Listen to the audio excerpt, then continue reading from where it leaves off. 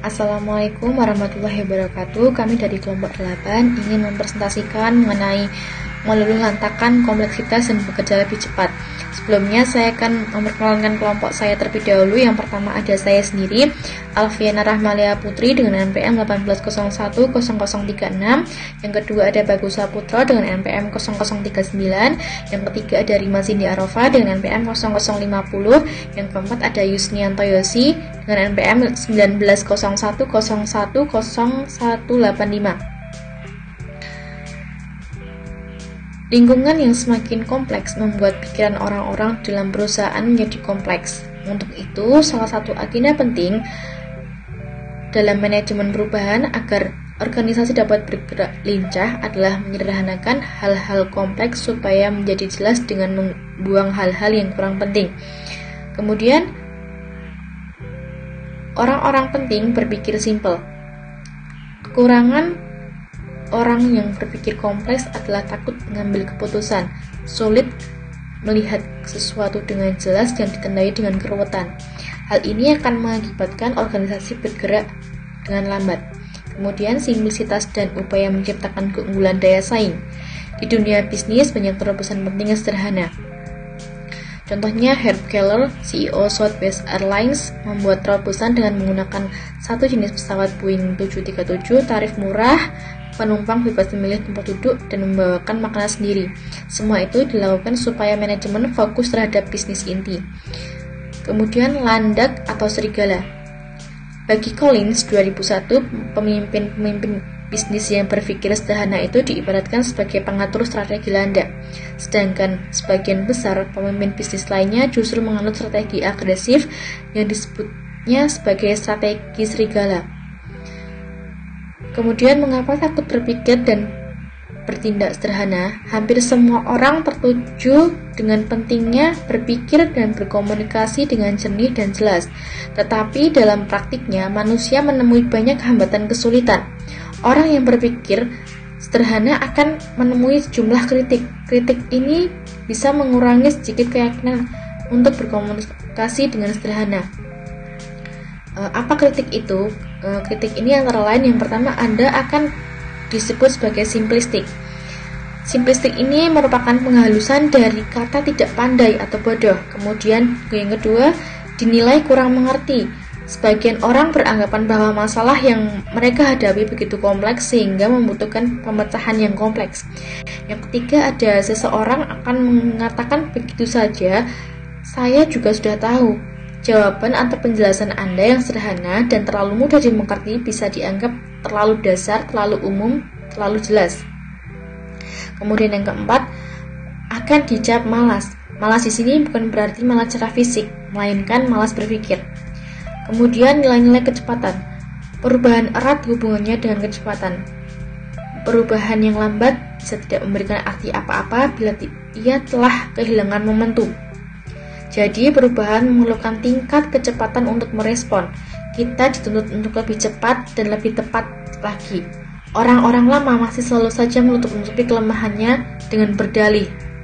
Bagaimanapun, proses yang ini tidak perlu dipercepat, atau yang cepat itu belum tentu kualitasnya baik.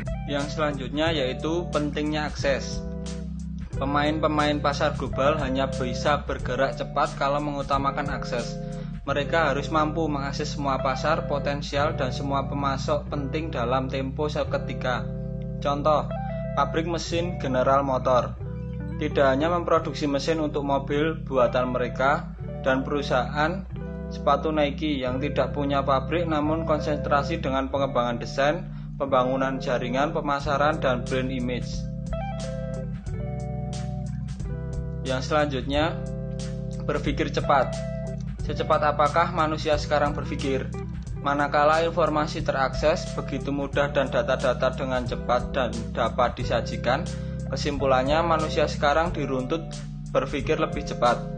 Berpikir cepat artinya fokus pada hal pokok dan mampu merespon dengan cepat, bukan harus menunggu 1 minggu atau 1 hari atau 2 hari, melainkan 1 atau 2 jam. Hal ini dilakukan kalau Anda sudah terbiasa berpikir cepat, familiar dengan data dan masalah, dan didukung oleh tenaga ahli yang mampu berpikir sederhana dan cepat. Yang selanjutnya, pengambilan keputusan yang tepat. Berpikir cepat artinya memiliki kemampuan memproses informasi dengan cepat. Ada beberapa hal yang mengakibatkan seseorang menjadi lambat dan mengambil keputusan. Di antaranya adalah pembelajaran yang lambat, tidak kenal masalah, conflict of interest, posisi hasil kompromi, prosedur yang menghambat, tim yang lemah, persepsi terhadap risiko. Berikut adalah tips untuk pengambilan keputusan cepat, yaitu yang pertama, dalam kondisi apapun, yakinlah diri Anda bahwa suatu keputusan harus diambil. Yang kedua, biasakan dekat dengan masalah. Yang ketiga, selalu bedakan antara orang yang mempunyai masalah besar dengan orang yang membuat masalah menjadi besar. Yang keempat, jangan berteriak bahwa kita punya masalah besar. Yang kelima, cepat selesaikan masalah sebelum masalah itu membesar. Yang keenam, identifikasi masalah dengan cepat. Yang ketujuh, terlibat dalam proses. Yang delapan, berpikir positif. Dan yang terakhir, biasakan membuat rencana tindakan. Selanjutnya akan dibacakan oleh kelompok saya. Baik, yang selanjutnya yaitu ada unsur kecepatan mengenai bingkai eksekutif. Menurut Green pada tahun 1999 memperkenalkan mengenai 4 jenis personality pemimpin, yaitu yang pertama tipe headline yang dilambangkan dengan segitiga.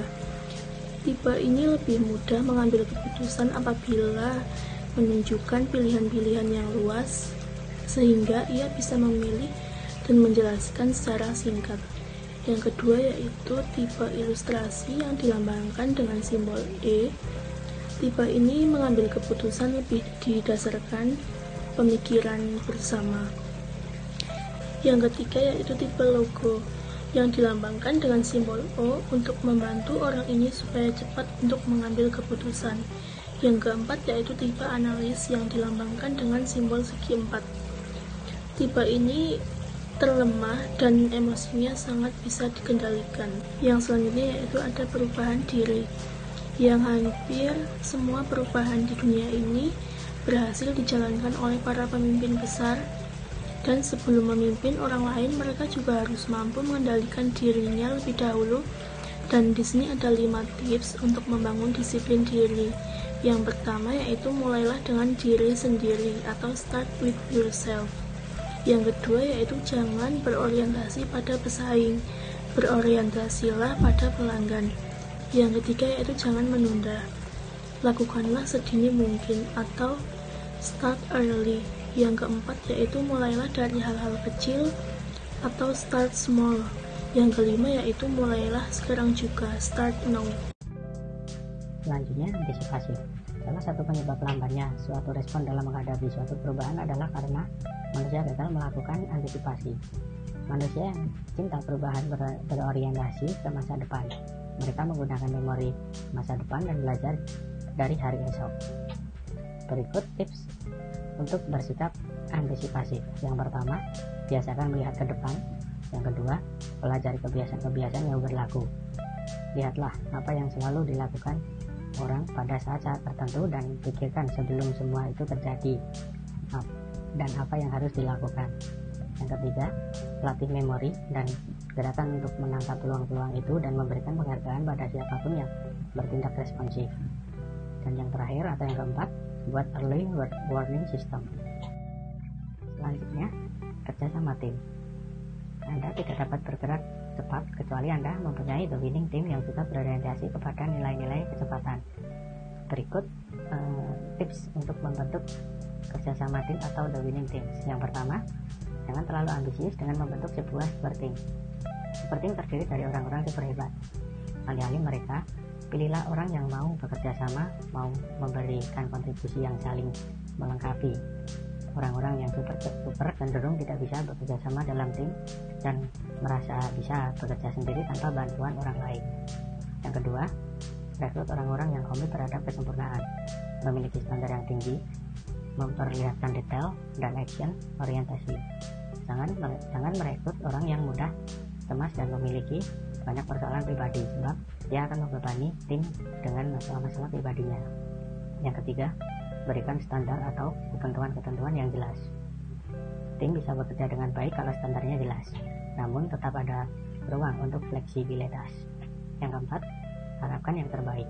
Tim harus didorong untuk memaksimalkan potensi dalam menghasilkan karya yang terbaik. Yang kelima, kuncinya adalah komunikasi. Semakin anggota tim saling mengenal satu sama lain, semakin baik tim bekerja. Yang keenam, berikan perhatian. Pemimpin dapat memberikan semangat kerja tim dengan memberikan kepercayaan dan mengunjungi timnya. Yang ketujuh, personalisasikan penghargaan. Semakin besar perusahaan, semakin terdapat kecenderungan formalitas dan semakin hilangnya sentuhan pribadi sehingga personil-personilnya harus diberi penghargaan. Yang kedelapan, berikan penghargaan tim.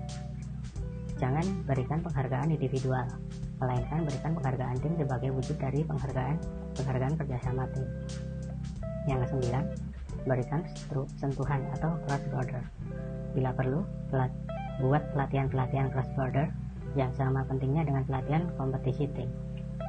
Yang ke-10, rayakan bersama. Setiap kali tim berhasil mencapai hasil tertentu, maka pemimpin tim harus mampu membuat semacam perayaan lewat sebuah kegiatan yang menunjukkan pengakuan atas kemenangan bersama. Dan yang terakhir atau yang ke-11, jangan pernah membubarkan. Sebuah tim tidak terjadi dengan sendirinya, melainkan melalui proses. Sekali ia terbentuk, Anda harus terus memupuknya dan memperkuatnya. Yang terakhir, manfaat teknologi. Setiap manusia mengenal teknologi informasi, dunia menjadi lebih terbuka, lebih instan, lebih mudah, dan relatif lebih murah. Teknologi informasi membuat benda-benda menjadi lebih cerdas, bekerja sendiri, dan menimbulkan dampak kematian bagi jarak, waktu antrian, dan dunia keperantaraan. Teknologi mampu membuat Anda menjadi lebih mudah memahami selera pasar sehingga membuat Anda menjadi lebih antisipasi. Sekian presentasi dari kelompok kami, kelompok 8. Jika ada yang ingin ditanyakan, silakan pada sesi Zoom berlangsung. Terima kasih. Wassalamualaikum warahmatullahi wabarakatuh.